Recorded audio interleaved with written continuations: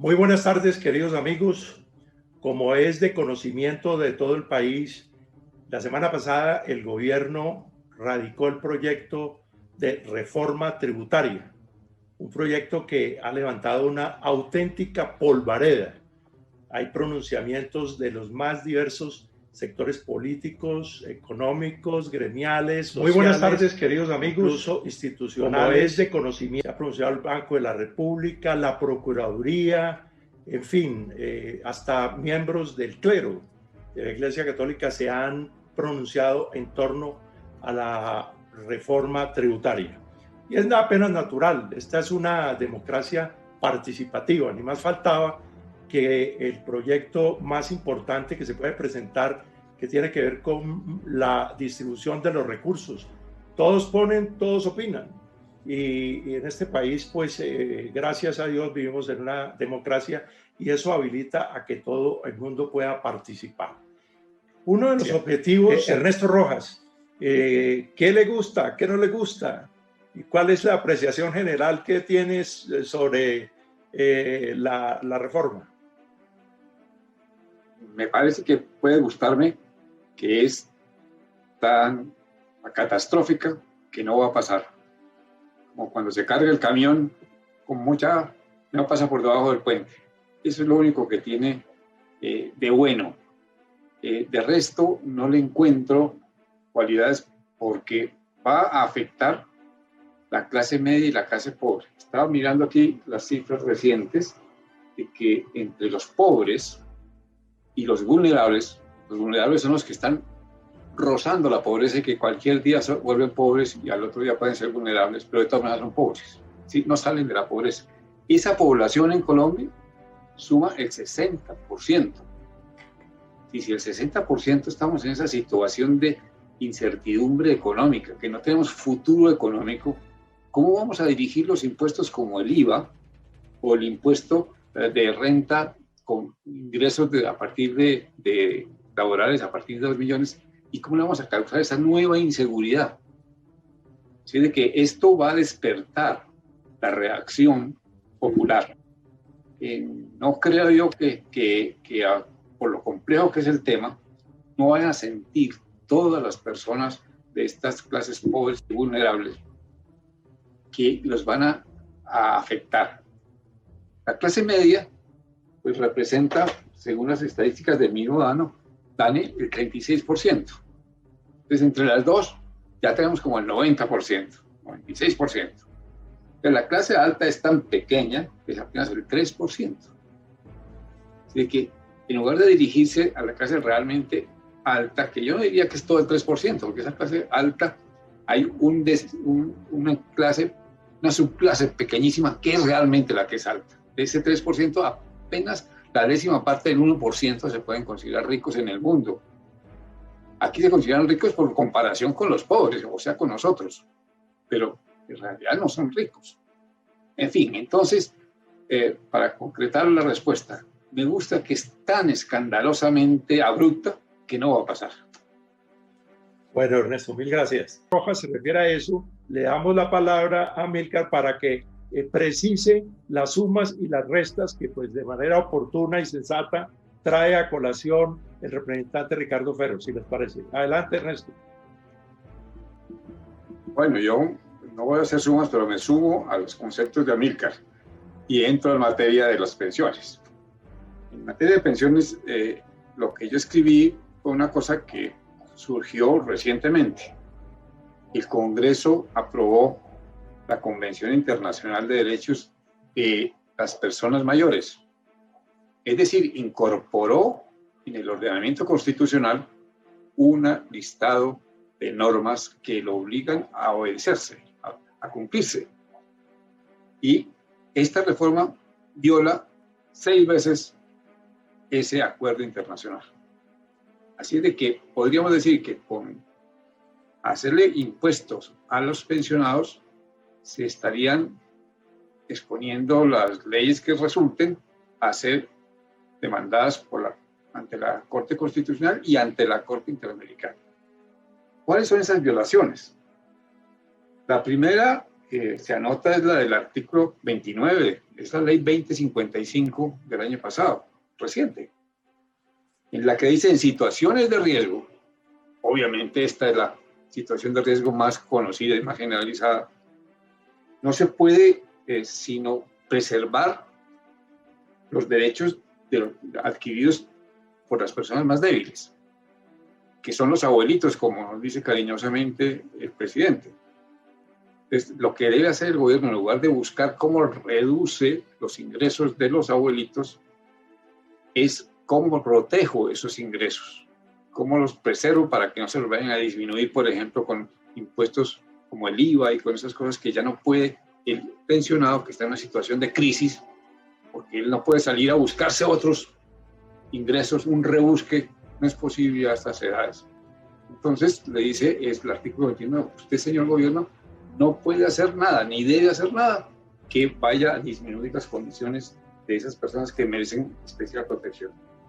Y en el artículo 22 dice claramente, de acuerdo, que no se pueden empeorar las condiciones de vida de esas personas.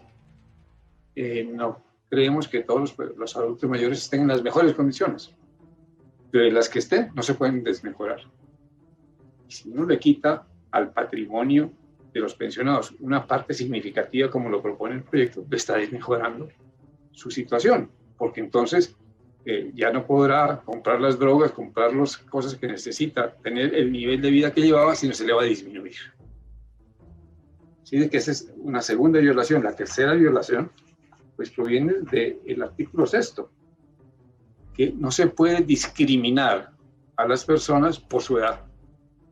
Y cuando le ponen un impuesto que es aplicable a las personas mayores, está discriminando negativamente. Ese es el artículo 6 de la Convención. Tenemos ya 3 violaciones. La cuarta violación es el que el Estado debe proteger el ejercicio del derecho de la propiedad de esos adultos mayores. Es decir, que cuando tienen una propiedad no se la pueden quitar, ni el Estado ni nadie. Y eso es lo que están haciendo cuando le ponen un impuesto a un patrimonio. Las pensiones ya ingresaron al patrimonio del pensionado. Ir a quitárselos es violar el ejercicio del derecho de su propiedad.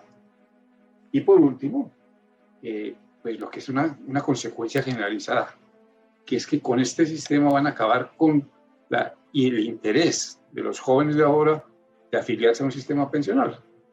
Porque si le ponen un impuesto a cualquier nivel de las pensiones, eso indica que las pensiones no van a tener una prestación definida en el futuro. No sabemos si el próximo gobierno o los otros gobiernos querrán subir los impuestos o bajar el límite y ponerle impuestos a todas las pensiones. Entonces el joven dice, yo para qué voy a empezar a contribuir al fondo de pensiones si no sé con qué me voy a sostener en la vejez. De que está destruyendo los principios iniciales de la creación de ese sistema de seguridad social. 6 violaciones a un acuerdo que es internacional y de obligatorio cumplimiento. Gracias, Ernesto. Con respecto al otro tema, hombre, yo estoy de acuerdo con el doctor Ernesto. Yo estoy de acuerdo con que hay que revisar muy bien el tema de los pensionados en Colombia. Yo entiendo que el doctor Ernesto acude a una norma internacional en la medida en que en la Constitución no hay ninguna prohibición en lo que tiene que ver con el tema de las pensiones. O sea, si nosotros acudimos simplemente a la Constitución colombiana y obviamente por tratarse de una ley, pues no tendríamos que acudir a otra ley porque se podría modificar esta con la nueva ley que se está presentando. Pero es lo que llaman bloque de constitucionalidad.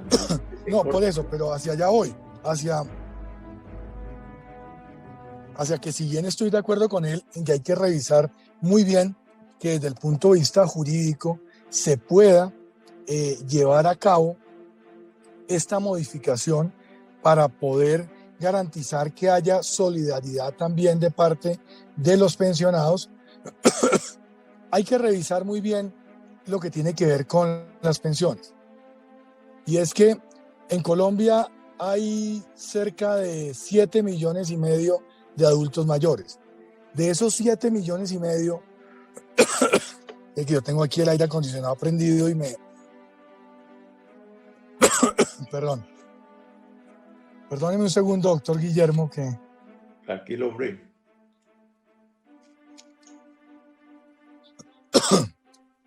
Hoy en día uno tose y genera zozobra. Ricardo, Entonces, mientras su garganta, le recuerdo que es que la ley la ley que incorpora eso a la Constitución, la aprobó el Congreso, este Congreso en septiembre del año pasado.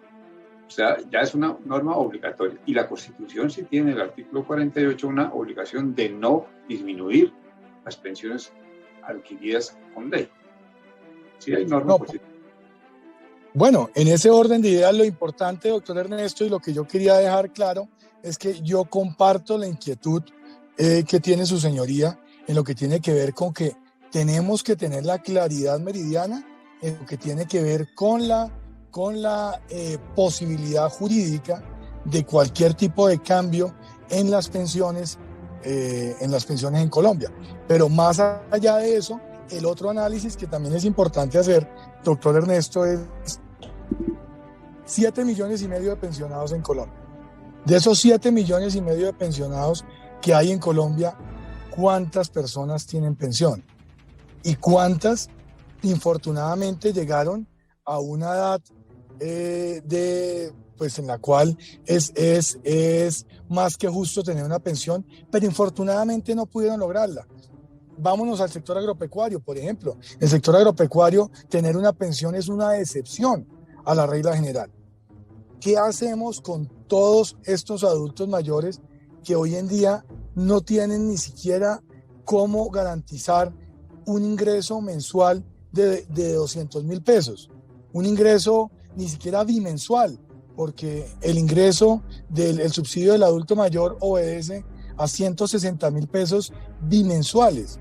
Y mientras tanto, hay pensiones en Colombia de más de 14 millones de pesos, en donde hay una persona que está ganando 14, 15, 16 millones de pesos y hay otra persona que tiene que vivir cada 2 meses o cada mes con 80,000 pesos.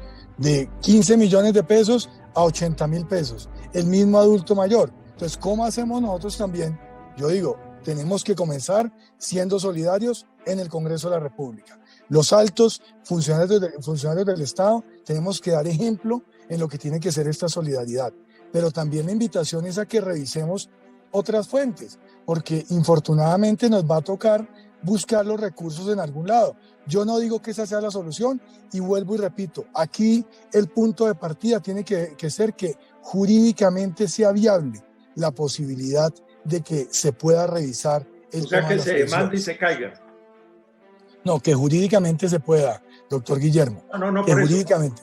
Si jurídicamente el análisis lo que demuestra es que no se puede, pues cerrado, tema cerrado, no se puede, ya no se puede. Hay una limitación jurídica para hacerlo, pero si jurídicamente está abierta la posibilidad, el siguiente debate que se tiene que dar es cómo hacemos para que también haya solidaridad en este grupo poblacional, teniendo en cuenta que tenemos también unas necesidades en el Estado en este momento. Es simplemente la reflexión que quiero dejar, es una reflexión. ¿Y por qué es una reflexión? Porque hay una propuesta que presenta el Gobierno Nacional en donde habla de la necesidad de que las personas con pensiones superiores a los 7 millones de pesos, creo que es 7 millones de pesos, puedan ser solidarios con los otros colombianos en situación de vulnerabilidad. En la reunión que tuvimos con el Centro Democrático, con el equipo del gobierno, le planteamos que no fuera 7 millones, sino 14 millones de pesos. Pero en uno y en otro escenario tiene que haber un punto de partida inicial, que era el que planteaba el doctor Ernesto, y es, oiga, jurídicamente, ¿se puede o no se puede? Aquí hay una norma que nos está diciendo, dice el doctor Ernesto, que es un semáforo en rojo para cualquier cambio al respecto. El gobierno nacional opina otra cosa. Tenemos que revisar primero eso, si jurídicamente hay o no hay posibilidad para poder abordar el debate de fondo y no quedarnos simplemente en la parte jurídica. Argumentar algo más respecto de las pensiones, porque se dice que es que las pensiones altas o las pensiones medianas debían contribuir a las bajitas. Es decir, es la solidaridad del pobre con el pobre. Y además es que el Estado, que es el que le está debiendo a los pensionados su contribución, no se la ha pagado. Ahora la quiere llamar subsidio cuando trata de compensar eso. En el año 49, cuando se creó el sistema de seguridad social, se estableció la participación tripartita en la financiación de las pensiones. Y ahora va a resultar que no solamente no paga el Estado, sino que le cobra al pensionado. Eso es el mundo al revés.